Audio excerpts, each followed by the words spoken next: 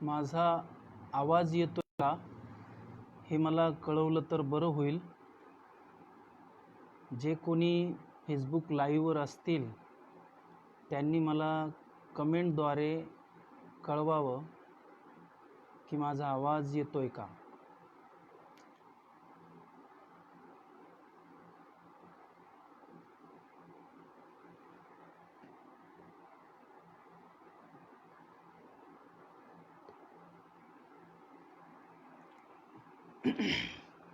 सर्वांना जय भारत, नमो बुद्धाय,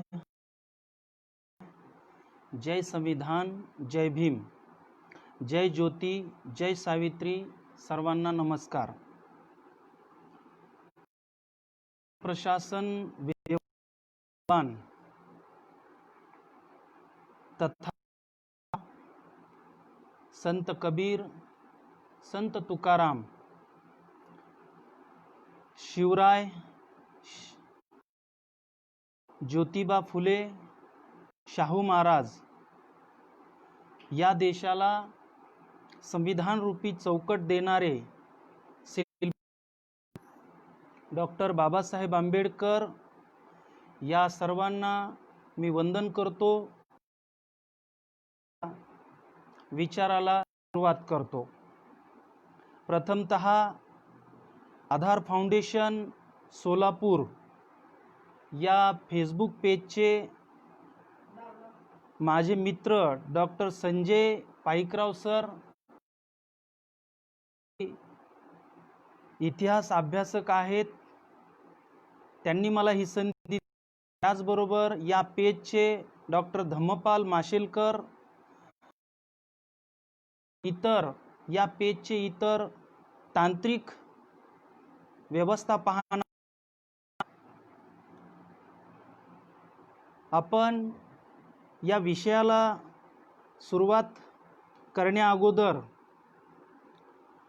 आज राजगृहाची जी काही घटना घडली आहे त्या घटनेचा मी प्रथमतः निषेध करतो आणि माझा जो विषय दिलेला आहे त्या विषयाला सुरुवात करतो.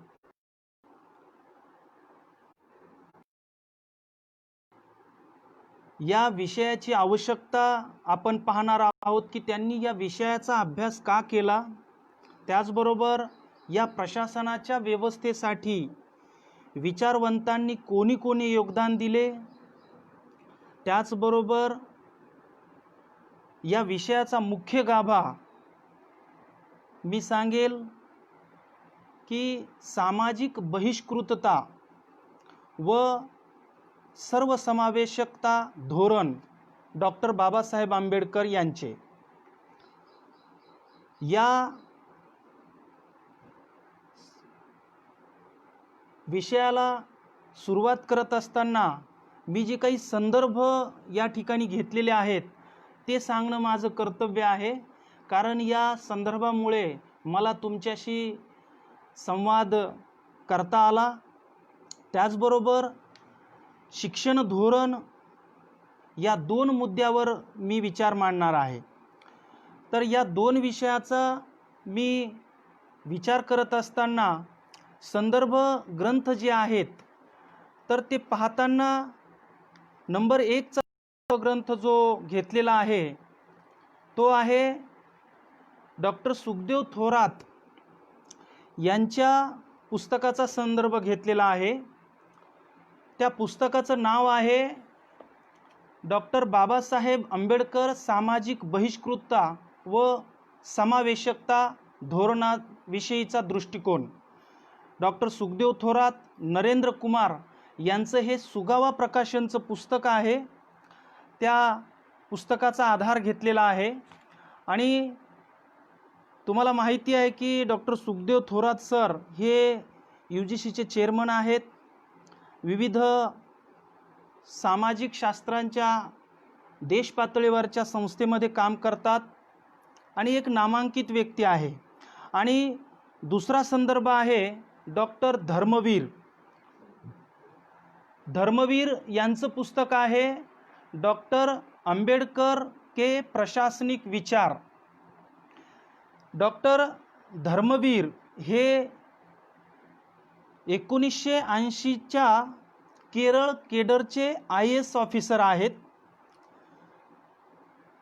डॉक्टर बाबासाहेब आंबेडकरांचे प्रशासकीय विचार याचा अभ्यास करताना त्यांनी Indian institute of public administration, भारतीय लोक प्रशासन संस्था दिल्ली, 1992ला ते ट्रेनिंगला असताना या प्रशिक्षणादरम्यान पंजाब विद्यापीठासाठी त्यांनी MPhil डिग्रीसाठी हा विषय निवडलेला आहे.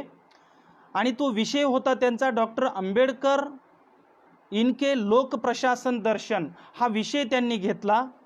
आणि या विषयावर MPhil डिग्री घेतल्यानंतर 2004ला त्यांनी पुस्तक रूपाने वाणी प्रकाशन दिल्ली या ठिकाणी ते प्रकाशित झालं.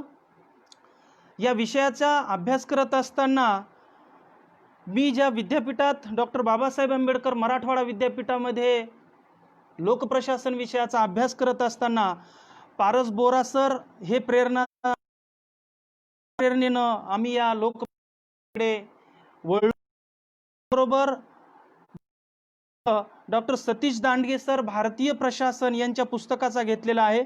MC पवार यांच्या चर्चेतून हा विषय आम्ही 2 वर्षापूर्वी जवळजवळ अभ्यासासाठी घेतला होता.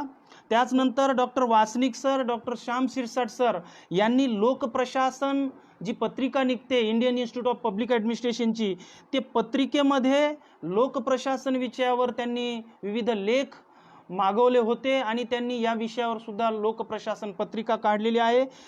आणि डॉक्टर पल्ले सर यांनी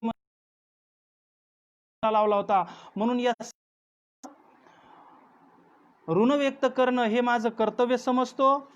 त्याचबरोबर ज्या उल्लेख केला की डॉक्टर बाबासाहेब आंबेडकर इनके प्रशासकीय विचार, या विचार डॉक्टर धर्मवीर यांनी करता त्यांनी या विषयाला सुरुवात करत असताना समाज व्यवस्था काय आहे, चातुर्वर्ण्याचा प्रभाव कसा आहे, सांप्रदायिक भारत कसा आहे, जातीवाद या देशामध्ये कसा आहे, अस्पृश्यता कशी आहे, त्याचबरोबर तिसरा जो काही प्रकरण आहे अल्पसंख्याक समाज आणि प्रतिनिधित्व, राजनीती आणि अन्य व्यवस्था का एकाधिकार, दलित जातींना अल्पसंख्याक समाज, प्रतिनिधित्वाचे अनुमान, अशा विषयांनी त्यांनी चॅप्टरायझेशन केलेलं आहे. आणि चौथा चॅप्टर आहे लोकशाही आणि राज्य समाजवाद, सरकार आणि अन्य व्याख्या, की सरकारी व्यवस्था कशी आहे या पद्धतीचं विश्लेषण त्यांनी केलेलं आहे. राज्य समाजवाद हा आदर्श कसा आहे त्या संदर्भातही त्यांनी विचार केलेला आहे. त्याचबरोबर 5वं प्रकरण आहे लोकप्रशासन, याचं विशेष काय आहे. त्याचबरोबर पोलीस प्रशासन आणि दंडाधिकारी, मॅजिस्ट्रेसी, त्याचबरोबर न्यायाधीश किंवा सैन्य सेना आणि पेशा व्यवसाय या प्रशासन व्यवस्थेत, त्याचबरोबर उपाय आणि समाधान या ठिकाणी सांगितलेले आहे की शिक्षण धोरणावर उपाय काय असला पाहिजे, लोकसेवा आयोग, कथनी आणि करणी या प्रशासन व्यवस्थाची कशी आहे ती देश पातळीपासून ते ग्रामीण भागाच्या प्रशासनापर्यंत, त्याचबरोबर प्रतिनिधी लोकसेवा आणि प्रशासकास दंड कसा दिला पाहिजे, त्यांनी जर या प्रशासन व्यवस्थेच्या घटकामध्ये मानवी समूहासाठी जर योग्य अंमलबजावणी नाही केली तर या विषयाच्या अनुषंगाने मी त्यातला फक्त 2 घटक घेतलेले आहे आणि त्या 2 घटकाच्या आधारे मी तुमच्याशी या ठिकाणी करणार आहे. प्रथमतः आपण बघू की भारतीय प्रशासन भारताच्या राज्यघटनेनुसार चालते हे आपणास विदित आहे. लोकप्रशासन हा विचार संविधान, कायदा आणि राजकारण याचा भाग आहे असं आपल्याला दिसून येतं. म्हणून त्यांच्या दृष्टिकोनातून हा विषय सुद्धा निश्चित केलेला होता. डॉक्टर बाबासाहेब आंबेडकरांनी जसा राजकीय विचाराचा अभ्यास केलेला आहे त्याच पद्धतीने या विषयाचा अभ्यास केलेला दिसतो. त्यांनी अत्यंत बारकाईने हा विषय समजून घेतला असे आपल्या निदर्शनास येते. त्यामुळे ते असे विद्वान आणि सिद्धांतवादी आहेत व त्यांना प्रशासन व्यवहाराचे ज्ञान असल्याचे सिद्ध होते. देश पातळीवर डॉक्टर बाबासाहेब आंबेडकरांच्या विविध देश पातळीवर नव्हे तर त्यांच्या चरित्र्यामध्ये त्यांनी कुठल्या कुठल्या पैलूंचा अभ्यास केला, तर देश पातळीवरचं नाव मला सांगायला आवडेल. Doctor D.R. जाठव, राजस्थान जयपूर विद्यापीठा या परिसरातले आहेत. त्यांनी सर्वांगीण अभ्यास केलेला आपल्या निदर्शनास येतो. भारतात व स्वतंत्र भारतात अनेक महत्त्वपूर्ण पदावर काम केले. डॉक्टर बाबासाहेब आंबेडकरांनी या देशाच्या विविध प्रशासन व्यवस्थेचा अभ्यास केला. त्याचबरोबर विविध पद उपभोगलेले आपल्याला दिसतात. मग ते ब्रिटिश भारतात असतील आणि स्वतंत्र भारतात असतील, अनेक महत्त्वपूर्ण पदावर डॉक्टर बाबासाहेब आंबेडकरांनी काम केलं. त्याचबरोबर त्यांचा धार्मिक, सामाजिक, राजकीय आणि प्रशासकीय शैक्षणिक आंदोलनाच्या संचलनामुळे त्यांच्या तत्कालीन प्रशासनाबरोबर विरोध झालेला आपल्याला दिसतो त्यांच्या तत्वज्ञानामध्ये. म्हणून त्यांनी त्या काळातील प्रशासनातील दंडाधिकारी आणि कर्मचारी यांच्या चर्चास्थळ यावर पुस्तके आणि विविध भाषणाद्वारे त्यांनी आपलं मत व्यक्त केलेलं आपल्याला दिसतं. एक नेता म्हणून त्यांनी, प्रशासक म्हणून भारतातील अस्पृश्य आणि मागास जाती लोकसेवेत आरक्षणाची मागणी उत्तमरित्या मांडलेली त्यांच्या अभ्यासात सिद्ध झालेली दिसते. त्याचबरोबर त्यांनी या न्यायाच्या मागण्या ब्रिटिश काळापासून स्वातंत्र्य भारतातील संविधान कलमात आणले.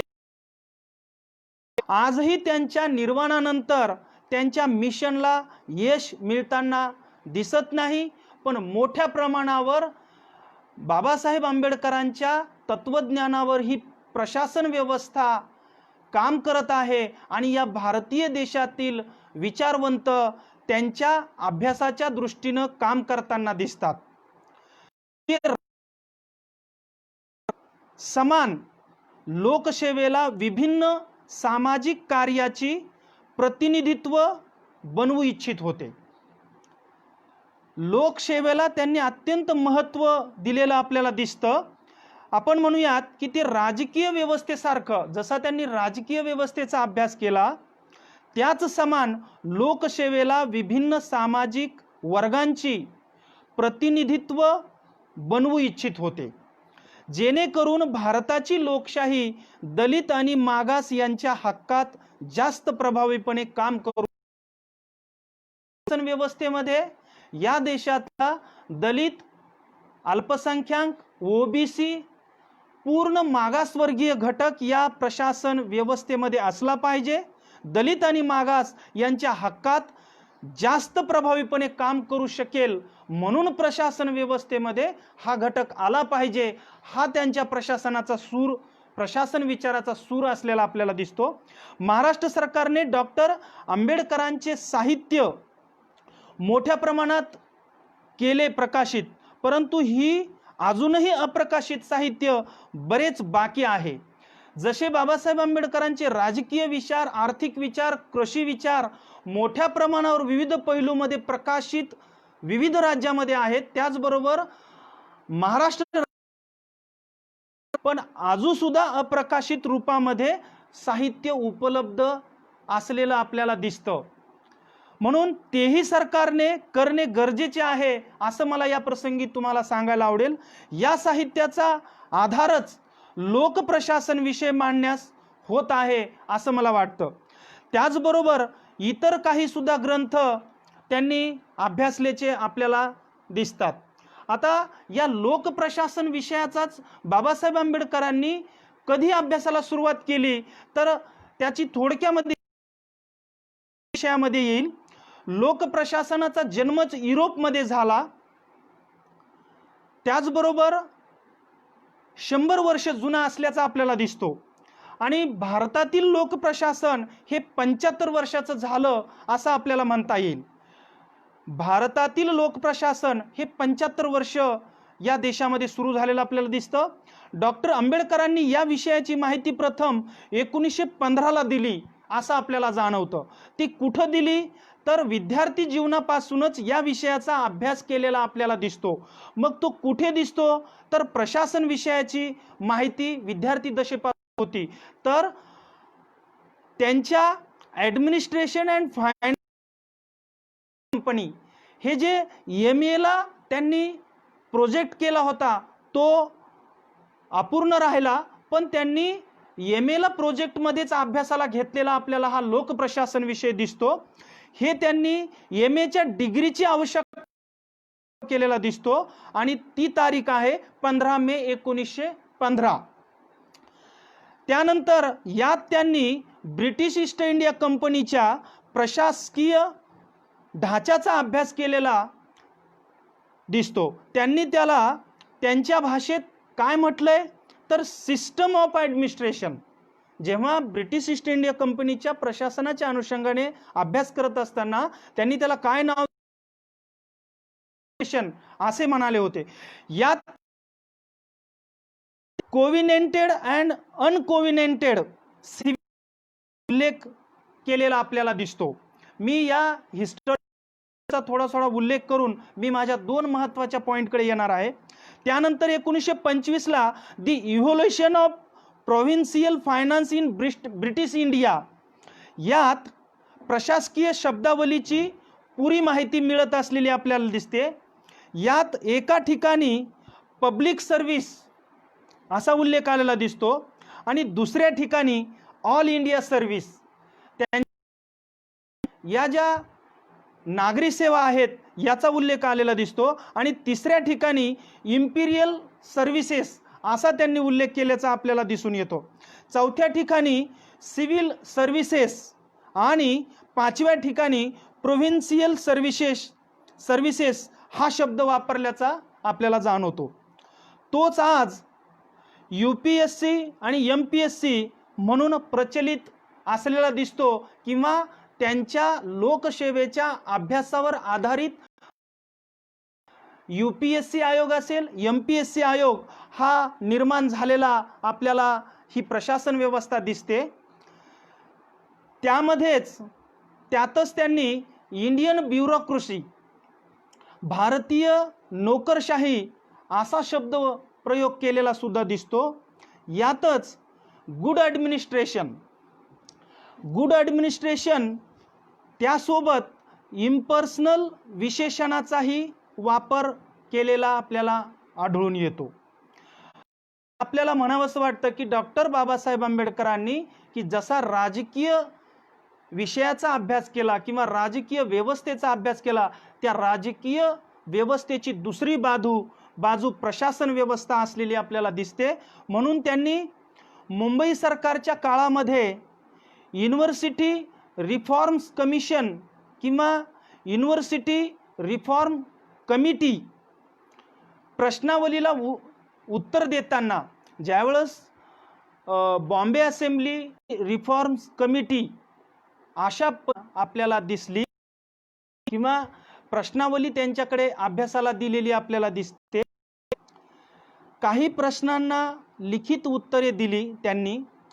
त्यात त्यांनी कॉलेजमध्ये शिकविले जाणारे विषय मुंबई विद्यापीठाच्या रिफॉर्म्सच्या अनुषंगानं कॉलेजमध्ये या लोकप्रशासन विषयाचं कसं असलं पाहिजे तर कॉलेजमध्ये शिकविले जाणारे सारे विषय विद्यापीठाच्या स्तरावर जोडले जाणे गरजेचे आहे. त्या प्रश्नावलीला उत्तर दिले आणि काही दीर्घोत्तरी प्रश्न लिहित असताना त्यांनी स्वतंत्र पेज त्यांनी लेखी कळवलं आणि त्यात असं म्हणतात बाबासाहेब की कॉलेजमध्ये शिकविले जाणारे सारे विषय विद्यापीठाच्या स्तरावर जोडले जाणे गरजेचे आहे. त्यात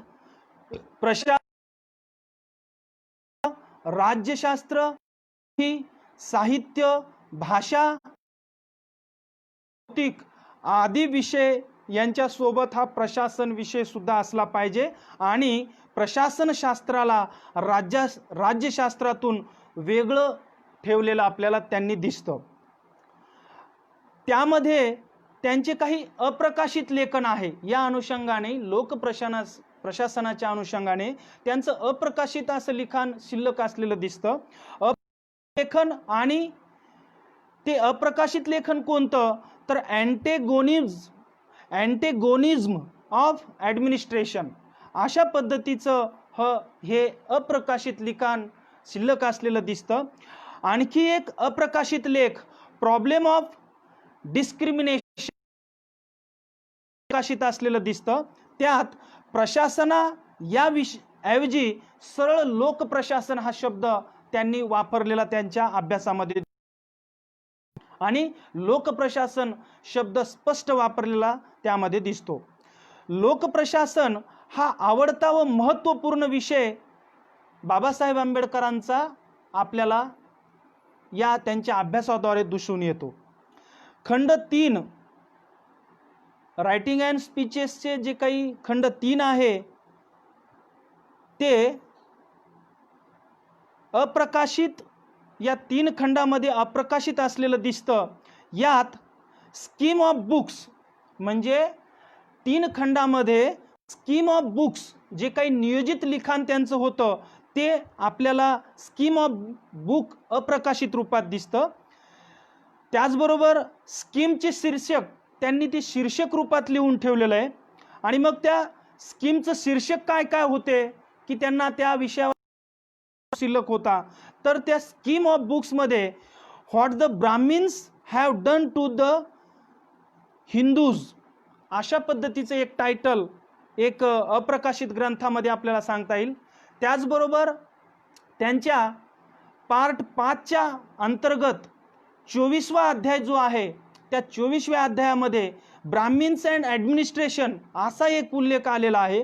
यावरून असे दिसून येते की त्यांच्या पूर्णपणे लोकप्रशासन शास्त्र विचाराधीन हा विषय असलेला आपल्याला दिसून येतो. त्यांनी वेगळा मांडला, त्यांनी हा विषय वेगळा मांडला, पण त्यांनी वेगळा मांडला विषय पण काहीच संबंध राज्यशास्त्राशी नाही असे ते कधीच म्हणत नाहीत, की राज्यशास्त्राचा संबंध नाही असंही म्हणत नाहीत ते. त्यांनी लोकप्रशासनाला राज्यशास्त्राशी जोडून पाहिलेलं आपल्याला दिसतं. राज्यशास्त्राचा ज्या पद्धतीने अभ्यास केला राजकीय विचाराचा, त्याचबरोबर ते प्रशासनाला सुद्धा त्यांनी जोडून अभ्यास केलेला दिसतो. 1982 गव्हर्नर जर्नलला grievances of the schedule caste या शीर्षकाचे निवेदन त्यांनी दिल्याचं त्यांच्या लिटरेचरमध्ये दिसून येतं. त्यात त्यांनी लोकसेवांच्या समस्यांनी राजकीय समस्यांच्या मध्ये ठेवलेला आपल्याला दिसतो. लोकसेवांच्या समस्यांमध्ये ठेवलं की राजकीय समस्येमध्ये लोकसेवा घटक हा महत्त्वाचा असलेला दिसतो. लोकप्रशासनाला त्यांनी कार्यकारी मंडळ, कायदे मंडळ व न्यायपालिका यांच्या सोबत पाहिलेला आपल्याला दिसतो. आणि त्यांनी कधीच या घटकांना वेगवेगळं नाही पाहिलं आणि लोकप्रशासनाला या 3 स्तराशी जोडलेलं दिसून येतं. त्यामध्ये लोकप्रशासन, कार्यकारी मंडळ, कायदे मंडळ व न्यायपालिका असे जोडून बाबासाहेबांनी पाहिलेलं आपल्याला दिसतं. लोकप्रशासनाचे काम काय आहे असं बाबासाहेब सांगतात, तर समाजाला एक चांगलं प्रशासन देणं. लोकसेवक जेव्हा काम करत नाहीत तेव्हा कार्यकारी मंडळ त्यामध्ये राज्य केंद्र हा थेट प्रश्न विचारते. यामध्ये चांगलं प्रशासन देणं आणि लोकसेवक जेव्हा काम करत नाहीत तेव्हा कार्यकारी मंडळ हे थेट प्रश्न विचारतं. या पद्धतीचं वर्णन त्यांनी केलेलं दिसतं. कार्यकारी मंडळ याची सूचना कायदे मंडळाला देतं. लोकप्रशासन जे कार्य करते त्याची कायदेशीर तपास न्यायपालिका करते. यात कायदे मंडळ प्रशासनासाठी नवीन कायदा करते आणि न्यायपालिका प्रशासनाच्या निर्णयाला उलटू. शासन व्यवस्था त्यांनी भारतीय संविधानाच्या प्रशासकीय चौकटीमध्ये केलेली असते, राजकीय प्रशासन व्यवस्थेमध्ये केलेली आपल्याला दिसून येते. लोकप्रशासन, कायदे मंडळ, कार्यकारी मंडळ, न्याय मंडळ यावर आपली पकड असली पाहिजे अशा पद्धतीचं या घटकांचा उल्लेख बाबासाहेब करतात. त्यात दलित लोकांना प्रतिनिधित्व मिळाले पाहिजे. या प्रशासन व्यवस्थेमध्ये दलित या देशातला ओबीसी, एसटी, मायनॉरिटी, आदिवासी या सर्व समूहांना नव्हे तर याचबरोबर भारतीय देशातल्या सर्व घटकांना योग्य प्रतिनिधित्व मिळालं पाहिजे, यासाठी बाबासाहेब त्यांची मांडणी करतात. त्यांनी राष्ट्राची सेना याला लोकप्रशासन दृष्टीमध्ये ठेवले होते की लोकप्रशासनाची दृष्टी कशी आहे तर राष्ट्राची रीढ सेना म्हणून या लोकसेवा आणि या यंत्रणेला राष्ट्राची रीढ सेना असं म्हटलेलं आपल्याला जाणवतं. डॉक्टर प्राध्यापक बत्साव सर जे की पुणे विद्यापीठामध्ये कॉमर्सचे प्राध्यापक आहेत, त्यांनी पुणे विद्यापीठाच्या अभ्यासक्रमामध्ये डॉक्टर बाबासाहेब आंबेडकर हे व्यवस्थापकीय विचारवंत म्हणून आपल्याला स्वतंत्र दिसतात. एक 10 ते 5-7 वर्षापूर्वी ॲडव्हान्स पब्लिक ॲडमिनिस्ट्रेशन इथून प्रकाशित होणारं जनरल आहे ते 7 विचारवर सुद्धा एक संशोधन पेपर मी 7-8 वर्षापूर्वी पब्लिश केलेला आपल्याला सांगायला आवडेल. म्हणून बाबासाहेब आंबेडकरांचे जसे राजकीय विचार आहेत तशी दुसरी बाजू, दोन नाण्याच्या बाजूपैकी प्रशासकीय विचार, व्यवस्थापकीय विचार असलेले आपल्याला जाणवताना दिसतात. त्यांची लोकप्रशासन विचारधारा व्याप्ती राज्यांच्या सर्व संस्थांमध्ये व्यापलेली आपल्याला दिसून येते. भारतामध्ये प्रशासनाच्या 2 मुख्य समस्या त्यांनी अभ्यासलेल्या दिसतात. नंबर 1, कायदा व सुव्यवस्था ठेवणे आणि ती योग्य सांभाळणे. या देशामध्ये त्यांनी गेलेल्या म्हणजे ब्रिटिश काळ असेल आणि संविधान लागू झाल्यापासूनचा काळ, सुव्यवस्था ही योग्य सांभाळणे अशी तर ही व्यवस्था केली, पण योग्य सांभाळत असताना सगळ्या गोष्टींचा विचार केला पाहिजे, हेही पुढे पुढे माझ्या पॉइंटमध्ये येणार आहे.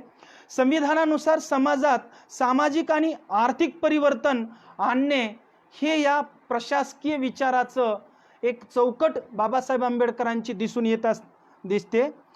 त्यानंतर डॉक्टर बाबासाहेब आंबेडकरांचा सामाजिक बहिष्कृतता व सर्वसमावेशकता धोरणविषयीचा दृष्टिकोन, मी मगाशी उल्लेख केला की ज्या संदर्भाचा मी सुखदेव थोरात हे प्रख्यात विचारवंत आपल्या देशातले दिसून येतात. त्यांनी नुकतंच एक सुगावा प्रकाशनचा जो रेफरन्स मी घेतला त्या पब्लिकेशनचं टायटल आहे डॉक्टर आंबेडकरांचा सामाजिक बहिष्कृतता व सर्वसमावेशकता धोरणविषयीचा दृष्टिकोन. हा महत्त्वाचा या विषयाचा गाभा मी मांडण्याचा प्रयत्न करणार आहे. त्यामध्ये त्यांनी या बहिष्कृतता, सामाजिक बहिष्कृतता व सर्वसमावेशकता धोरणविषयीचा दृष्टिकोन काय असेल तर जात आणि बहिष्कृत गटांची समस्या यांचं विश्लेषण केलेलं आपल्याला या प्रशासनामध्ये दिसतं. त्यामध्ये सामाजिक सर्वसमावेशकतेसाठीची धोरणे, ऐतिहासिक आढावा अशा पद्धतीचा आपल्याला पाहता येईल. डॉक्टर आंबेडकर पूर्व काय प्रयत्न झालेले आहेत तर सामाजिक बहिष्कृततेचा विषय असेल किंवा सर्वसमावेशकतेचं धोरण असेल ते आंबेडकर पूर्व काय कुणी केलेलं आहे तर फुले शाहू, डॉक्टर बाबासाहेब आंबेडकर या विषयाचा त्यांनी उल्लेख केल्याचा पुरावे आपल्याकडे आहेत. जात व भेदभावाच्या समस्येचे संदर्भ या सर्व विचारधारेमध्ये आलेले दिसतात आणि डॉक्टर आंबेडकरांचे प्रयत्न व भूमिका ती कोणती आहे तर 1919 ते 55 या दरम्यान या विषयावर डॉक्टर बाबासाहेब आंबेडकरांनी चांगल्या रीतीने अभ्यास केलेला प्रशासनाच्या विचारधारेमध्ये दिसून येतो. भारतीय समाजाच्या समस्येची काय समस्या आहे आणि त्या उपायांचा शोध सुद्धा सांगितलेला आहे. 1919 आणि 29 या कालखंडातल्या मध्ये या भारतीय समाजाची काय समस्या आहे आणि त्यावर निवारण या प्रशासनाने काय करणं गरजेचं आहे आणि काय करणं अपेक्षित आहे हे त्यांनी या ठिकाणी सांगितलेलं दिसतं. मग त्याचा उल्लेख येईल की साऊथ ब्युरो समिती असेल, 1919 समोर केलेले प्रयत्न, साऊथ ब्युरो समितीच्या पुढे 1919ला जे काही त्यांनी जे प्रेझेंटेशन केलं किंवा जो पुरावा सादर केला त्याची नोंद आपल्याला घेणं गरजेचे आहे. सायमन आयोगासमोरील दुसरा प्रयत्न 1928ला केल्याचा त्यांनी दिसतो की धोरण काय असावं हा सर्व उल्लेख या प्रशासकीय विचारामध्ये आपल्याला पाहणं गरजेचं आहे. ब्रिटिश शिक्षण व पीडित वर्गाशी त्याचा संबंध याबद्दल आंबेडकरांची मतं सुद्धा या विचारधारेमध्ये येताना आपल्याला दिसतात की ब्रिटिश कालखंडापासून पीडित वर्गाचे काय समस्या आलेली आहे त्याचा सुद्धा उल्लेख या ठिकाणी आलेला आहे. मग त्यांनी मते मांडतात बाबासाहेब की काय मत आहे तर पीडित वर्गामध्ये शिक्षण प्रसार अप्रामाणिक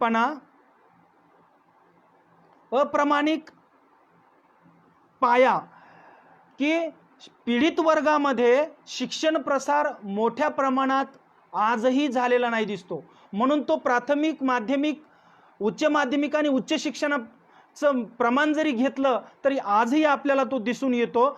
म्हणून पीडित वर्गामध्ये शिक्षण प्रसार आणि प्रशासनाने अप्रामाणिकपणे उल्लेख या ठिकाणी आलेला दिसतो आणि अप्रामाणिक प्रयत्नातून हा या शिक्षणाचा प्रसार किंवा हे जे काही धोरण आहे ते कमी असलेलं दिसते. अनिवार्य असाही उल्लेख त्यांच्या भारतातील शैक्षणिक प्रशासनामध्ये आपल्याला घेता येईल. मुस्लिम शिक्षणासंबंधी हंटर आयोगाने केलेल्या शिफारशी सुद्धा पीडित वर्गासंबंधी अंमलात आणाव्यात असा सुद्धा उल्लेख बाबासाहेबांनी केल्याचा या प्रशासकीय विचारामध्ये घेता येईल. सरकारी सेवांमध्ये प्रवेश की या लोकसेवा असतील किंवा या प्रशासन व्यवस्थेमध्ये सर्व प्रकारच्या जी पदरचना आहे त्यामध्ये भारतातील बहुसंख्य वर्ग हा पीडित आजही आपल्याला दिसतो आणि त्या सेवामध्ये त्यांचा प्रवेश असलेला आपल्याला होणं गरजेचं आहे. नागरी सेवा व आंबेडकरांचा हस्तक्षेप की नागरी सेवाच्या संदर्भामध्ये बाबासाहेबांनी कित्येकदा ब्रिटिश कालापासून तर आजच्या प्रशासनामध्ये त्यांच्या कालावधीमध्ये त्यांनी हस्तक्षेप करून या प्रशासनाला योग्य वळणावर आणण्याचं काम केलेलं आपल्याला दिसतं.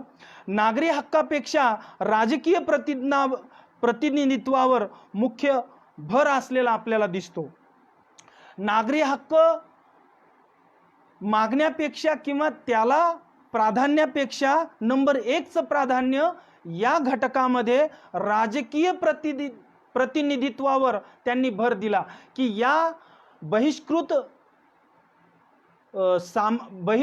जो घटक आहे त्या घटकाला राजकीय प्रतिनिधित्व मिळालं पाहिजे अशा पद्धतीचा उल्लेख करताना दिसतात. म्हणून सामाजिक बहिष्कृतता व सर्वसमावेशक धोरण या सर्वसमावेशक धोरणामध्ये या विविध बाबींचा उल्लेख आपल्याला या ठिकाणी दिसतो. त्यामध्ये काय हस्तक्षेप बाबासाहेबांनी केला तर अधिकारांची संरक्षण कवच ही प्रशासकीय यंत्रणा त्यांच्या कल्याणकारी प्रशासनासाठी तर दिलीच, पण जर कल्याणकारी प्रशासनाने जर त्याची योग्य अंमलबजावणी नाही केली तर कायदा संरक्षण कवच हे सुद्धा बाबासाहेबांनी प्रशासनामध्ये दिलेलं आपल्याला दिसतं. मग ते विविध कायदे असतील की मग ते बजेटच्या अनुषंगाने असेल, विविध योजनेच्या अनुषंगाने असेल, विविध असेल आणि कायद्याच्या स्वरूपामध्ये काही कायदे असे निर्माण केले की या प्रशासनाने ब्रिटिश कालापासून असेल, स्वातंत्र्य उत्तर भारतामध्ये असेल, संविधान प्रशासनाच्या नंतर असेल की या प्रशासनाच्या संविधान प्रशासनाच्या चौकटीमध्ये या प्रशासनाने योग्य काम केलंय का नाही, जर केलं नसेल तर कायदे करून त्यांच्यावर नियंत्रण करण्याचं काम आणि संरक्षण कवच देण्याचं काम सुद्धा बाबासाहेबांनी या प्रशासन व्यवस्थेमध्ये केलेलं दिसतं. मग घटनात्मक सुधारणा पुढे केलेल्या दिसतात. महत्त्वाचा मुद्दा आहे की नुसत्या प्रशासकीय योजना, कायदे, पदरचनाच या स्ट्रक्चरमध्ये नाहीत तर योग्य अंमलबजावणी होते का नाही यासाठी सुद्धा यंत्रणा निर्माण केलेल्या दिसतात. म्हणून घटनात्मक सुधारणा हा पुढचा पॉइंट.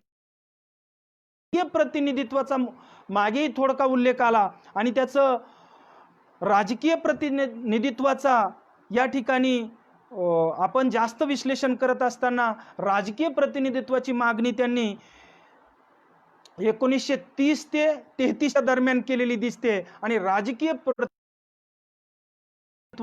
असलेलं आपल्याला त्यांनी मागणी केलेली दिसते आणि मिळवून घेण्यासाठी कायदे सुद्धा केलेले दिसतात. अस्पृश्यांना समान अधिकार, त्याचबरोबर ब्रिटिश सरकार असेपर्यंत राजकीय सत्तेत वाटा येईल असे वाटत नाही.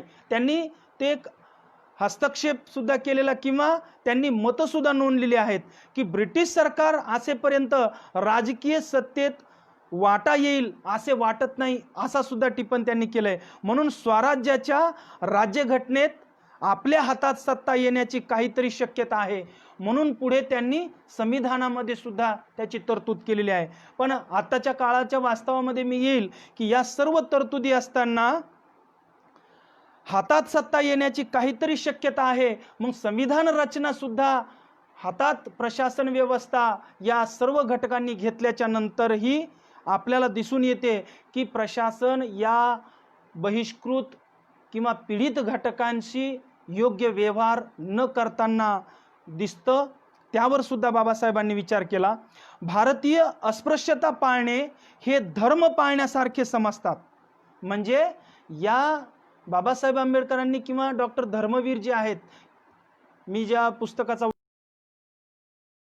प्रशासनिक दर्शन यामध्ये वर्णव्यवस्थे जो काही दोष जो आहे तो इथल्या संपूर्ण प्रशासन व्यवस्थेमध्ये आलेला दिसतो. म्हणून भारतीय सवर्ण अस्पृश्यता पाळणे हे धर्म पाळण्यासारखे समजतात.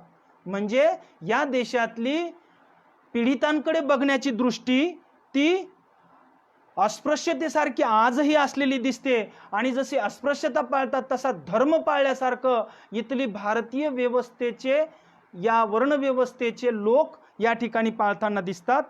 म्हणून हा संदर्भ कुठं आहे तर Babasaheb Ambedkar writing and speeches 19 page number 494 वर आले घेता येईल. मला वाटते की बहिष्कृत सामाजिक बहिष्कृतता हा विषय आणि सर्वसमावेशकता या अनुषंगाने दोन मुद्दे आपण आणि एक 10 ते 15 मिनिटांमध्ये मी कन्क्लुजनकडे येईल. सांप्रदायिक निवाडा व पुणे करार याचा सुद्धा उल्लेख राजकीय प्रतिनिधित्वाच्या अनुषंगाने बाबासाहेब घेताना दिसतात. स्वातंत्र्य मतदारसंघ रॅमसे मॅकडोनाल्ड 4 ऑगस्ट 1932 पीडित वर्गासाठीचा निर्णय असा आपल्याला सर्वांना ज्ञात असलेला जाणवतो. सांप्रदायिक निवाडा म्हणून तो ओळखला जातो आणि अशा दिसते. या एक उल्लेख मला सांगणं गरजेचं वाटतो आणि म्हणून डॉक्टर बाबासाहेब आंबेडकरांचे प्रशासकीय विचार ज्याप्रमाणे राजकीय, आर्थिक, कृषी, व्यवस्थापन असे विविध भारत देशाचे विविध लोक अभ्यास करताना दिसतात, पण प्रशासकीय विचार हे जनमानसामध्ये रुजलेले नसल्यामुळं मला या पेजनी हा विषय घेण्याची जी काही विनंती केली धन्यवाद मानतो. आणि म्हणून सांप्रदायिक निवाडा जो आहे त्या ख्रिश्चन, अँग्लो भारतीय व युरोपीय यांना स्वतंत्र मतदारसंघ देण्यात आले पाहिजे. श्रम, वित्त, उद्योग, खाण उद्योग व वने, भूधारक व विद्यापीठे यांनाही स्वतंत्र मतदारसंघ मागणी त्यांनी केलेली आहे. प्रतिनिधित्वाचा विस्तार या अनुषंगाने बऱ्याच आपल्याला या गोष्टींचा उल्लेख करता येईल. मी शेवटचे 5 मिनिटं घेईल. सध्याच्या आपण हे विचार, प्रशासकीय विचार ऐकले तर याचे कन्क्लुजन मी शेवटच्या 5 मिनिटांमध्ये करेल. हे विचार आहेत याची अंमलबजावणी कितपत प्रमाणात होते म्हणून मी त्याचा संबंध जोडेल आणि शिक्षण धोरण प्रशासनाचं जे काही मातेरं आज आपल्याला दिसतं त्या नकारात्मक 2 मुद्दे मी सांगून या ठिकाणी एक 2 ते 5 मिनिटामध्ये मी या माझ्या विषयाचं सारांश रूपात करेल की उच्च शिक्षणाचं धोरण सांगत असताना लोकसत्ताचे संपादकीय 11 जूनच्या 2020च्या पेपरमध्ये उल्लेख मला सांगणं गरजेचं वाटतं आणि वास्तवाशी या विषयाची जोडणी व्हावी म्हणून मी अगदी शेवटच्या 5 मिनिटांमध्ये घेण्याचा प्रयत्न करेल की हे शिक्षणाचा जो त्या अनुषंगाची जोडणी मी करायला आवडेल. या ठिकाणी उल्लेख करत असताना आपल्या देशाच्या उच्च शिक्षण व्यवस्थेचं या प्रसंगी काय चालू आहे किंवा भारतीय शैक्षणिक प्रशासनाचं जागतिक पातळीवर आपल्याला दिसतं. जागतिक पहिल्या हजारात यंदाही म्हणजे या वर्षी सुद्धा भारतीय प्रशासन विचारवंत म्हणून या देशामध्ये या ठिकाणी स्पष्ट करू इच्छितो आणि या विषयाच्या अनुषंगाने मला आधार फाउंडेशनचे सर्व मला जे बोलण्याची संधी दिली, मला विचार व्यक्त करण्याची या भारतीय समोर जी संधी दिली त्याबद्दल मी माझ्या सर्व व्ह्यूअर्सचे, तंत्रज्ञान टेक्निकल टीमचे, माझे सर्व मित्र जे बघत आहेत त्यांचे आभार ऋण व्यक्त करतो आणि माझा विषय या ठिकाणी थांबवतो. सर्वांना जय भारत, जय संविधान.